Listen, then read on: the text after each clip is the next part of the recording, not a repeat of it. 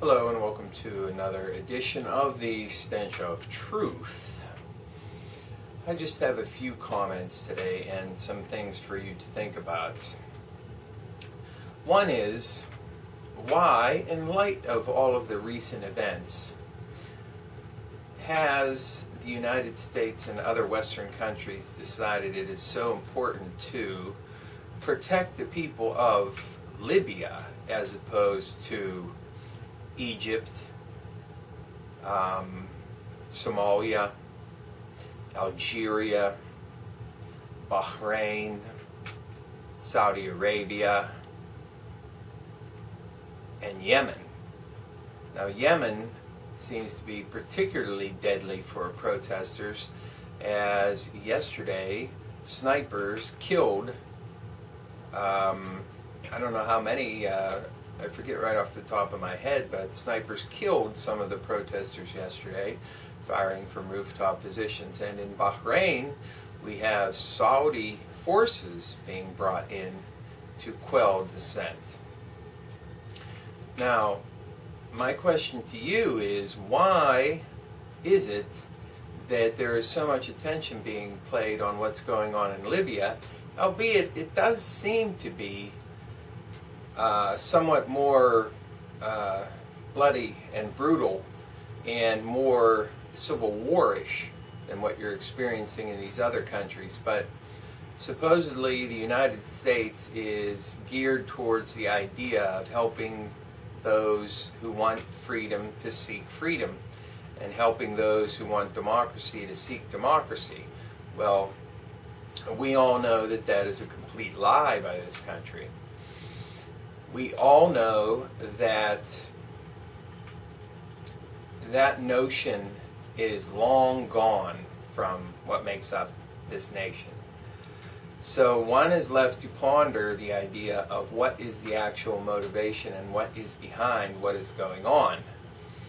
And this is especially interesting in light of recent developments, and I mean over the last few years, in the United States' relationship with Libya, which seemed to have softened for a period of time and seemed to approach normalcy.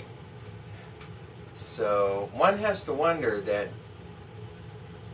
there must have been something that happened between those somewhat normalizing of relationships and what in fact is happening now, and that is a no-fly zone and possible intervention.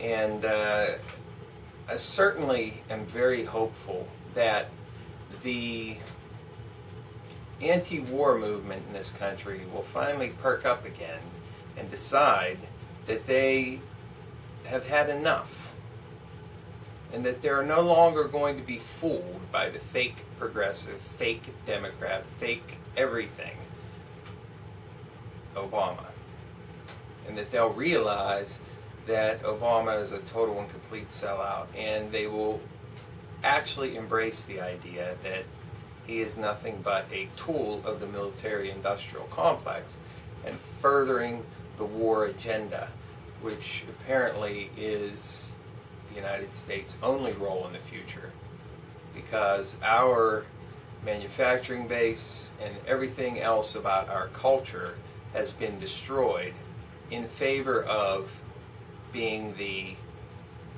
enforcer for the world.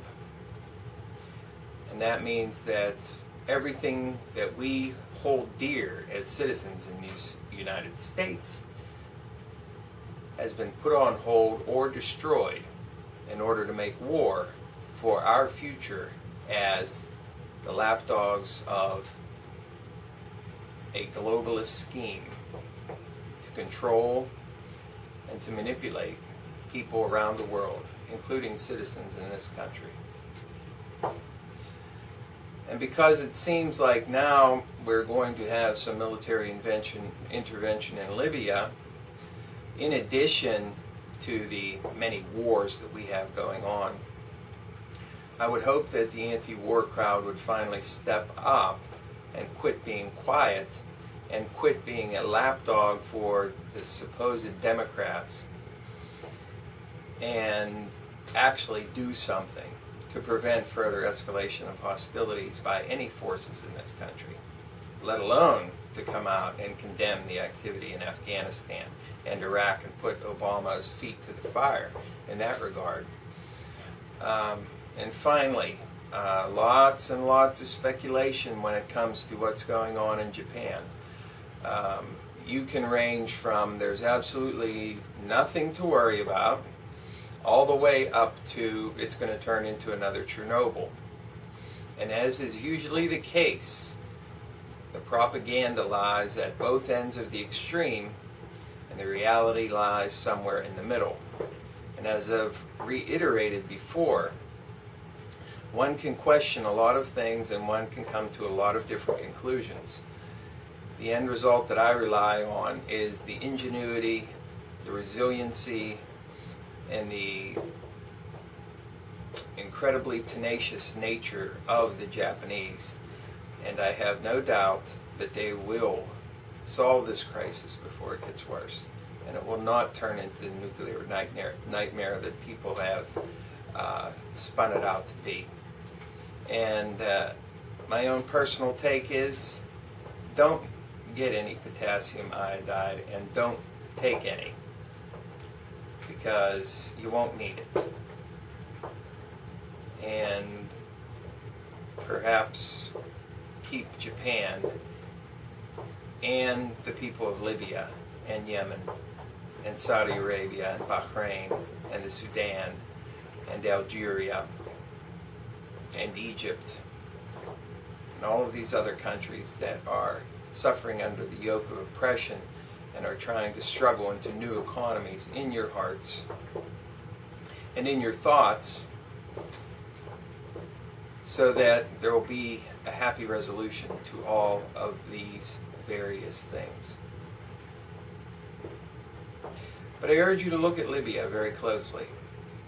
And maybe if we find out why this is so important, we might have some very interesting answers to further explore. Thank you. Good day.